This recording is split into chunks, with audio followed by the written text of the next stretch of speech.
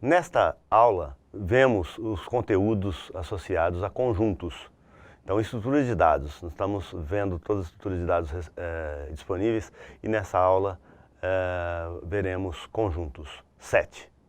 Em Python, assim como várias linguagens, inclui um tipo de dado conhecido como conjunto, set, que é uma estrutura de dados mutável, desordenada e sem elementos repetidos. O uso básico desse tipo de dado se dá quando se necessita de teste de pertinência de um elemento em um conjunto ou eliminação de dados duplicados. Estruturas do tipo conjunto suportam as operações matemáticas abaixo relacionadas, a pertinência de um elemento a um conjunto, a união de dois conjuntos, a interseção de dois conjuntos, a diferença de dois conjuntos, assim como outras operações adicionais.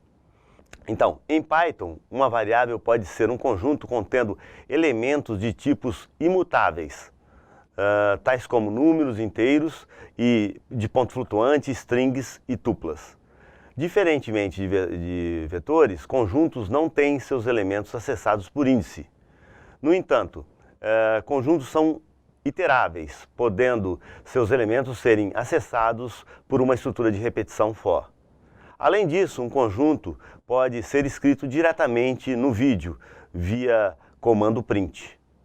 Em conjuntos, nós temos várias operações. Então, a função set associa um conjunto vazio a uma variável.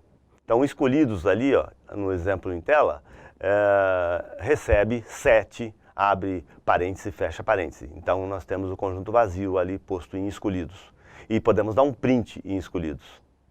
A função add adiciona um elemento ao conjunto, caso o elemento ainda não ocorra no conjunto. Então, escolhidos é igual a set vazio, né, conjunto vazio, e escolhidos.add 13. Então, nós temos aí o conjunto contendo, né, apenas um número, o 13, um imutável. A função discard. Discard retira um elemento do conjunto, caso o elemento esteja no conjunto. Né? Então, nós temos escolhidos como sendo 20, então estamos criando um conjunto com 4 números, 20, 11, 68 e 93. Escolhidos.discard 68, por exemplo. Nesse caso, então, ficaremos com o conjunto apenas 20, 11 e 93. A função len retorna a cardinalidade do conjunto, isto é, o tamanho do conjunto. Então, se temos escolhidos como 20, 11, 68 e 93, se dermos um print em len dos escolhidos, nós teremos 4 como tamanho. Criando um conjunto de nomes via teclado. Então, o programa baixo faz a leitura de 5 nomes e cria um conjunto com até 5 nomes distintos, digitados pelo usuário. A impressão do conteúdo do conjunto ocorre a cada tentativa de inclusão de nome. Nesse caso, então, se nomes repetidos ocorrerem, é só uma ocorrência ficará no conjunto, dado que o conjunto não repete valores. Então, no caso ali, escolhidos, setamos como conjunto vazio, set, abre parênteses, fecha parênteses. For i in range de 5, portanto, permitiremos 5 escolhas de nomes pelo usuário, e a cada escolha de nome nós incluímos no conjunto escolhidos. Então, nome é igual a input, digite nome, escolhidos.add, add nome. E ao término de cada ciclo da repetição, damos um print em escolhidos. Bom, criando um conjunto de nomes diretamente. Então é possível, né, como já vimos ali em slides anteriores, escolhidos aqui no caso está recebendo o nome de 5 pessoas. Então, Maria, conjunto Maria, Ana, Giovana, Leandro e Dante. Então, abre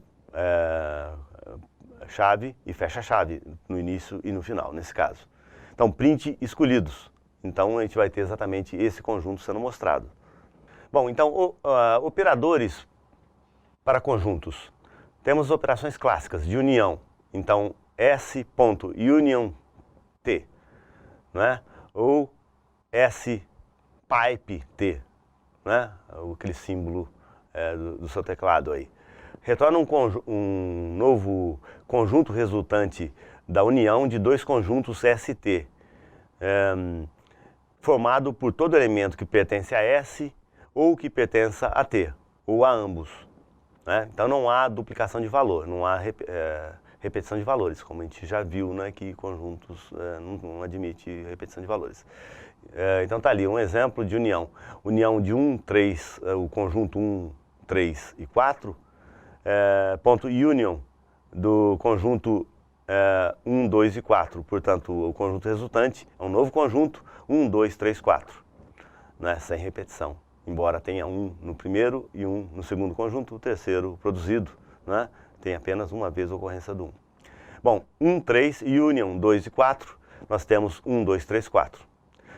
Nós temos um conjunto com as strings, né? A, B, A, C e E, union com o conjunto B, C e D. Então nós temos então como resultado o conjunto A, B, C, D, E. E por fim, um conjunto contendo apenas a string C, um caracterezinho apenas, union com o conjunto B, C e D. E então nós teremos aí o conjunto B, C e D, um novo conjunto. Particularmente igual ao segundo nesse caso, mera coincidência, dado que o C ocorre também no primeiro conjunto. Seguindo com as operações para conjuntos, nós temos a interseção, as operações clássicas, né? Então, S.intersection T, ou S e comercial T, retorna um novo conjunto resultante da interseção de dois conjuntos, S e T, e é formado por todo elemento que pertence a S e que pertence a T. Então, X pertence a S, intersection T, se somente se X pertence a S e X pertence a T. Então, nós temos 1, 3, 4, intersection 1, 2, 4. A interseção desses dois caras é o conjunto 1, 4. É produzido o conjunto novo 1, 4. O conjunto 1, 3, intersection conjunto 2, 4 é o conjunto vazio, dado que não tem nenhum valor que se repete nos dois conjuntos. O conjunto A, C, E, intersection B, C, D, a interseção é apenas o conjunto com o C.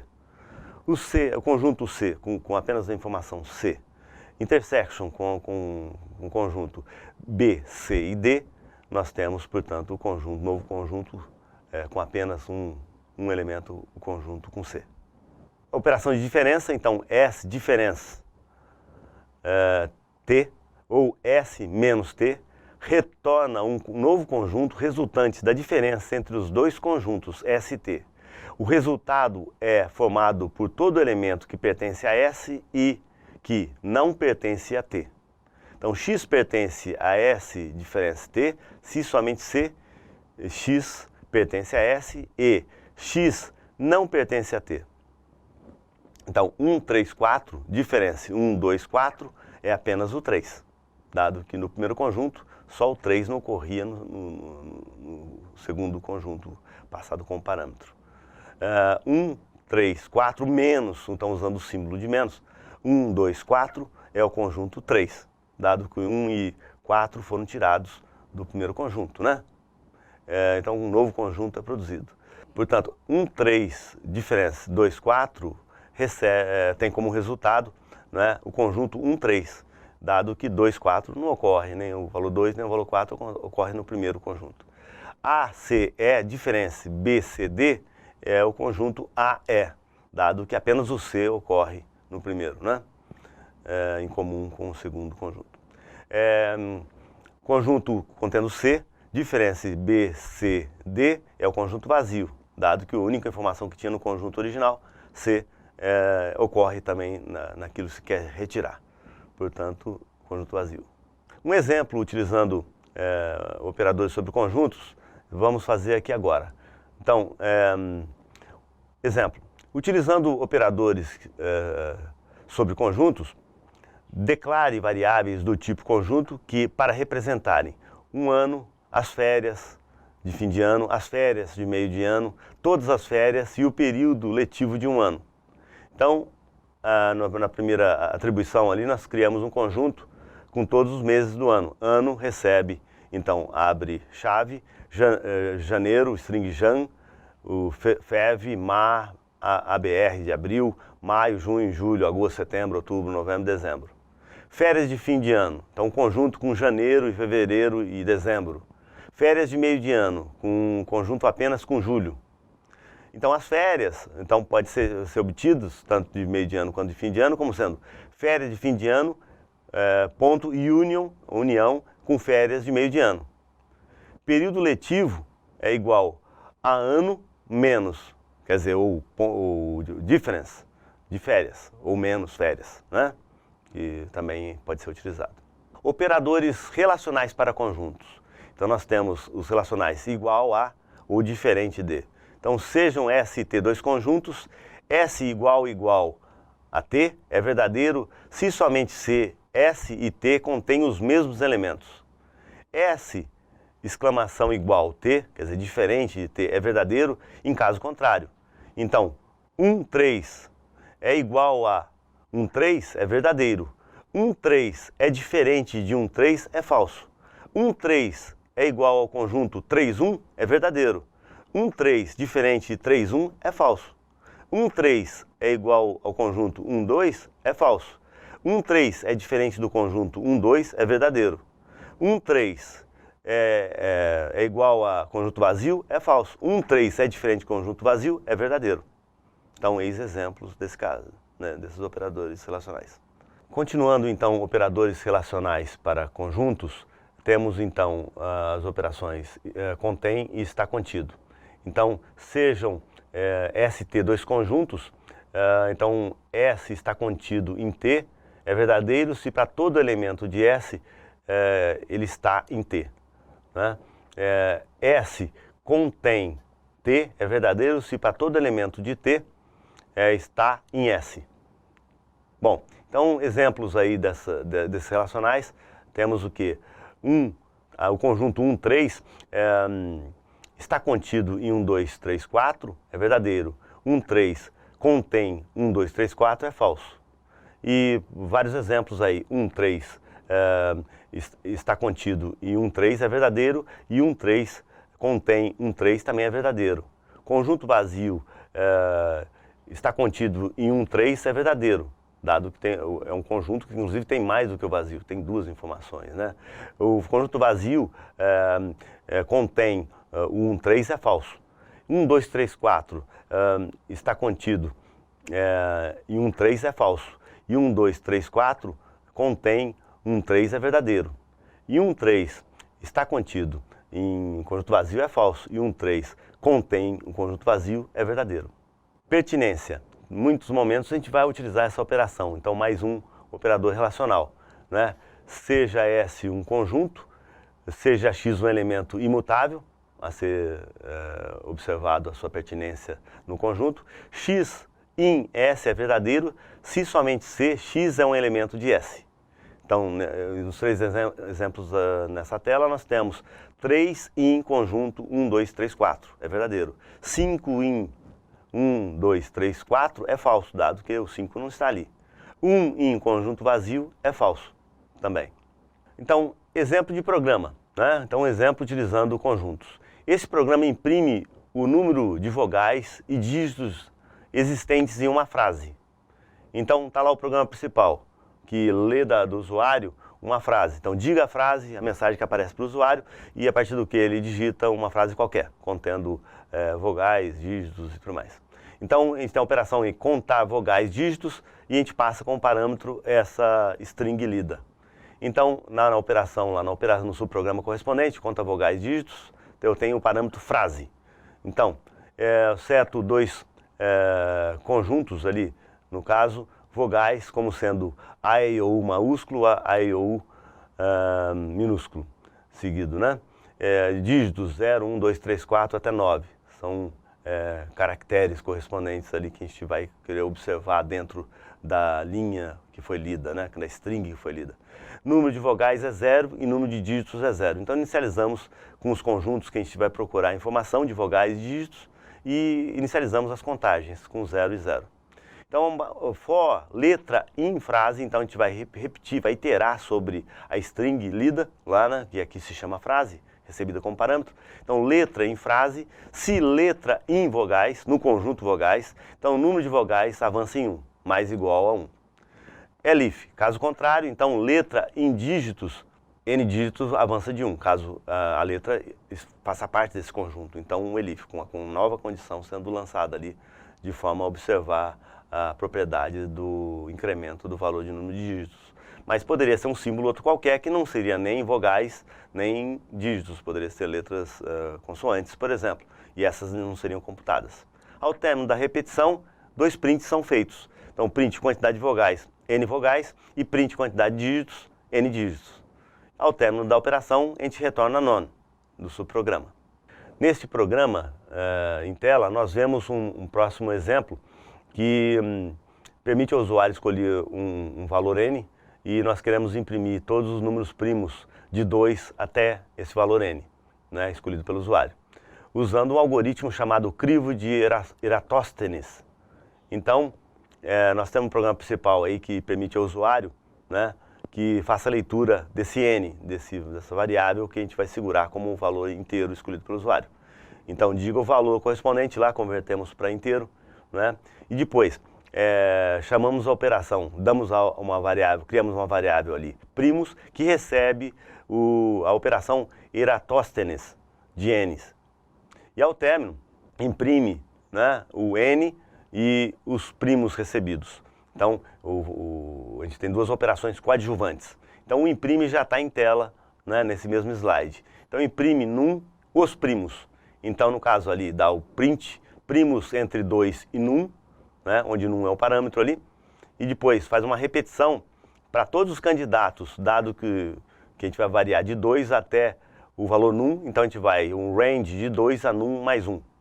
Então, se o candidato em os primos, onde os primos é o conjunto retornado pela operação lá que a gente vai fazer em sequência, então a gente imprime esse valor. Então a gente vai imprimir os valores progressivamente, né? E conjunto não tem essa noção de ordem, de organização interna. Então a gente está varrendo todo o espectro, do menor até o maior, dando chance de imprimir o valor na posição correta, que seria entendível por nós, né, usuários. E lá na operação Eratóstenes, de num, a gente vai setar uma resposta como sendo um conjunto vazio inicialmente, e ao término vamos retornar essa resposta. Então os primos ficará com essa resposta com todos os elementos entendidos, identificados como primo, como primos. Então tá lá. Bom, um número primo, como sabemos, né, é um número que é maior do que 1, portanto de 2 para cima, que é apenas divisível por ele e por 1, ok? Uma divisão inteira, no caso, envolvida. Então, vamos ver essa operação desse crivo, né? Bom, então, nesse slide nós vemos, então, a operação Eratóstenes, recebendo como parâmetro o número em questão. Então, inicialmente, a variável resposta é posto como um valor, um conjunto vazio, 7, abre e fecha parênteses. Criamos também um outro conjunto, uma variávelzinha aí, também para segurar o valor correspondente a um conjunto vazio, até para poder utilizar na repetição ali, ficar mais elegante. Então, nós temos ali o crivo, inicialmente, tendo todos os elementos em questão, né? Então, vamos construir um conjunto de 2 até num, com todos os elementos ali dentro, através desse set range de 2 até num mais 1. E o próximo, então, uma variável ali, que o próximo elemento a ser processado nesse momento é o 2. Então, enquanto a lógica da operação é que o crivo vai diminuindo a quantidade de elementos a serem retirados ali desse crivo. Quer dizer, todo momento que a gente pegar um número primo, a gente vai descartar todos os múltiplos dele do crivo. Então a gente vai ver pela operação dentro da repetição aí, né, que como está operando dentro da repetição, que isso vai estar ocorrendo. Então o crivo vai reduzindo até um momento que ele será vazio e terminará a repetição. E retornará, portanto, a resposta que vai sendo construída. Inicialmente, portanto, a resposta está vazia. Então, primeiro, dentro desse while, né, crivo diferente de vazio, nós temos outro while. Enquanto não ocorrer que o próximo em crivo, então, por exemplo, o próximo está valendo 2. 2 em crivo, é verdade, porque a gente construiu com todos os elementos o conjunto de crivo. Então, a negação dele então, como era verdade o próximo em crivo, a negação é falso, né? Então, esse while não entra na primeira rodada. E a resposta, portanto, é adicionado esse próximo. Então, o 2 está entrando no conjunto que inicialmente estava vazio. Então, resposta.add prox. né? Então, nós estamos adicionando ao conjunto de resposta o 2, por exemplo. Então, J vai ser uma variável auxiliar ali no caso e vai pegar exatamente esse valor. Então, J é igual a prox. Enquanto J menor ou igual a 1, vamos descartar todas as ocorrências desse valor que foi incluído como primo, dado que o 2, por exemplo, foi incluído como primo, e vamos descartar, por exemplo, as ocorrências de próximo e dos múltiplos de próximo. Então, o crivo ali descarta o 2, então ponto descarte J, J vale 2 nesse momento, certo? Bom, aí J vai receber 2 mais igual a 2, certo? Vai para 4. Então, né, sempre somando o que era o próximo até então. Então, o próximo entrou lá na resposta e todos os múltiplos serem tirados. Então, vai tirar o 2, vai tirar o 4, vai tirar o 6, vai tirar o 8, vai tirar o 10 e todos os elementos ali múltiplos de 2. Então, o crivo vai diminuindo de tamanho, né? Até uma hora que o J vai superar o num correspondente. De 2 em 2 ele vai estourar aquela condição ali e vai sair desse while interno ali, né? Então, voltando lá para a repetição, while, crivo diferente de vazio, dado que a gente removeu do crivo, né, todas as ocorrências do 2 e múltiplos de 2, então o próximo está setado em 2, certo? Então, a condição agora, o próximo em crivo, quer dizer, 2 em crivo, não mais, porque 2, 4, 6, 8 saiu do crivo, né, todos eles saíram do crivo. Então, a gente avança, né, então, como é falso o próximo em crivo, a negação é verdadeira. Portanto, a gente vai para próximo, para 3, na verdade, que é o valor de próximo, que era 2 mais 1, mais igual a 1. Certo? Então estamos em 3. Só que agora 3 em crivo, é verdade, continua estando em crivo, certo? Então 3 era um elemento, quando construímos o conjunto, ele estava lá, né? Mas o 3, então, está em crivo. Portanto, a negação é falso, termina a repetição. Bom, o 3, então, é adicionado à resposta. Portanto, resposta.add prox. Prox é 3 nesse caso. O conjunto tinha 2, portanto, agora tem o 2 e tem o 3. Novamente, o J recebe o valor 3 lá, nesse caso. Enquanto o J for menor ou igual a num, né? Então o crivo vai descartar o 3 e vai jogar também para ser descartado o 3 mais 3, né? Então vai somando todos os múltiplos de 3. Então vai ser 3, né? Mais 3 e assim por diante. Então vai descartar o 3, vai tentar descartar o 6, no entanto o 6 já foi descartado porque ele é múltiplo de 2 também. Depois vai descartar, né, o mais 3 correspondente ao 9, então o 6 não foi descartado nesse momento, mas porque tinha sido descartado pela repetição lá para o 2, quando o 2 entrou, que era múltiplo de 2. Mas o 9 agora será descartado. Depois o 12, mas já tinha sido descartado, todos os múltiplos, né, de 3. Né, 3 somando 3 sempre, aquele primo acabou de entrar, né, os múltiplos do próprio primo. Então o 2 e 3 que já fazem parte da resposta são primos. E assim sucessivamente. Então, novamente, termina a repetição e volta lá. Enquanto não... Então agora nós teremos o 3. O 3, nós estamos no 3, na verdade. Então o 3 em crivo é falso, porque a gente tirou todos os 3 e múltiplos de 3, então é falso. Portanto, o próximo vai para 4. Só que 4 não está mais em crivo. Então ele vai avançar, ele vai para o 5. O 5 em crivo, é verdade, o 5 está em crivo. Está no crivo, portanto a negação é falso, sai da repetição e o 5 será então incluído lá como mais um primo da resposta, né? E assim sucessivamente, vai remover os múltiplos de 5, portanto vai remover o 5, o 25, tentar remover o 10, mas já foi removido, o 15 que já foi removido, o 20 que já foi removido, o 25 que não tinha sido removido, agora será removido por esse outro while, o J menor ou igual a 1. Bom, assim sucessivamente para todos os casos, e ao término, então, como é que vai removendo, nós teremos um conjunto vazio ao término de todas as remoções dos primos em questão e todos os múltiplos dele saindo desse conjunto do crivo, ok? Então esse é o método. Nesse slide, temos um subprograma, né, que imprime o conjunto de características comuns a todos os indivíduos pertencentes a um subconjunto de uma determinada população.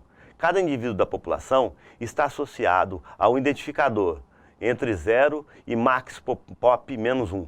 Né? Então, uma ideia de max pop, um máximo da população, quantidade máxima de elementos da população. E possui um conjunto de características. Então, nós colocamos ali uma uma variávelzinha chamada característica, só para saber o que está sendo representado. Depois a gente vai ver o programa por completo, certo? Nos próximos slides. Então, características, vamos colocar ali o conjunto como esporte, TV, cinema, livro, jornal, teatro e música.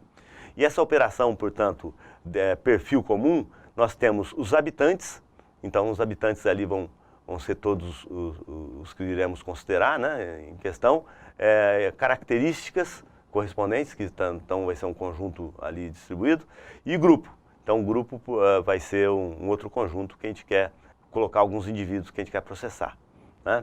Então comuns, recebe todas as características. Então essa variável comuns é aquilo que vai ter o extrato daquilo que são as características comuns àquele subconjunto da população, por exemplo.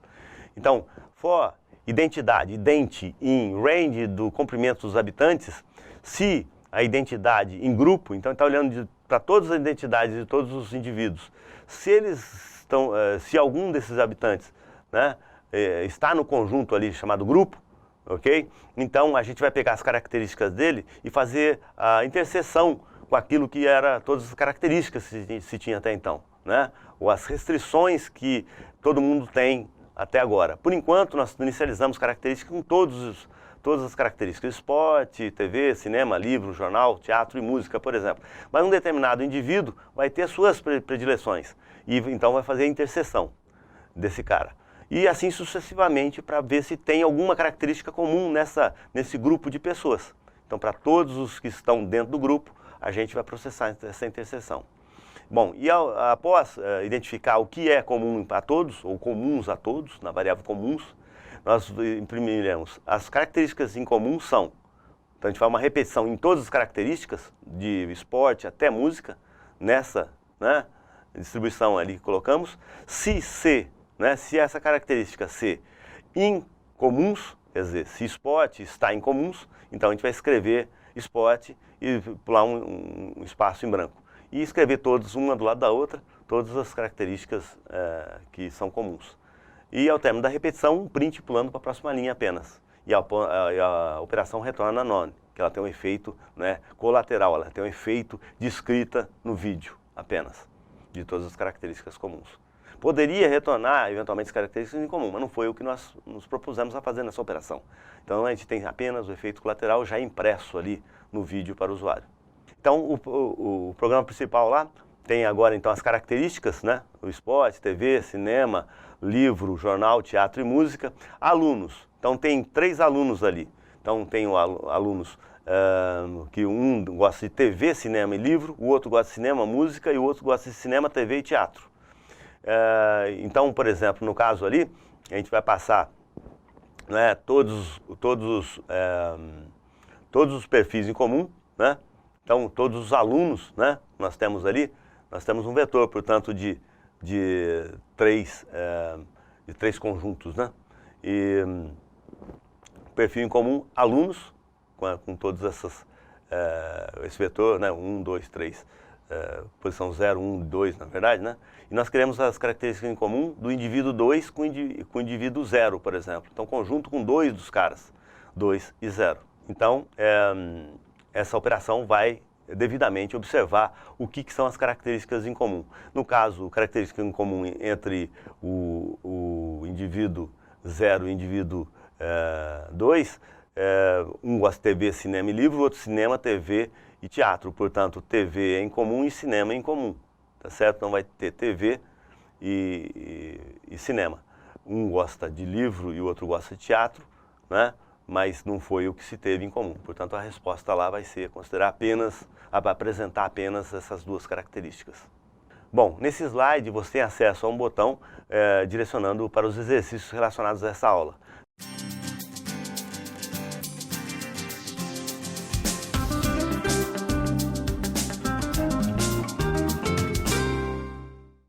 Nessa aula, nós vimos mais uma estrutura de dado conjunto, bastante útil para dar uma representação bastante comum, né, no dia a dia nosso. A noção de conjunto é uma noção que está presente na nossa vida desde a infância.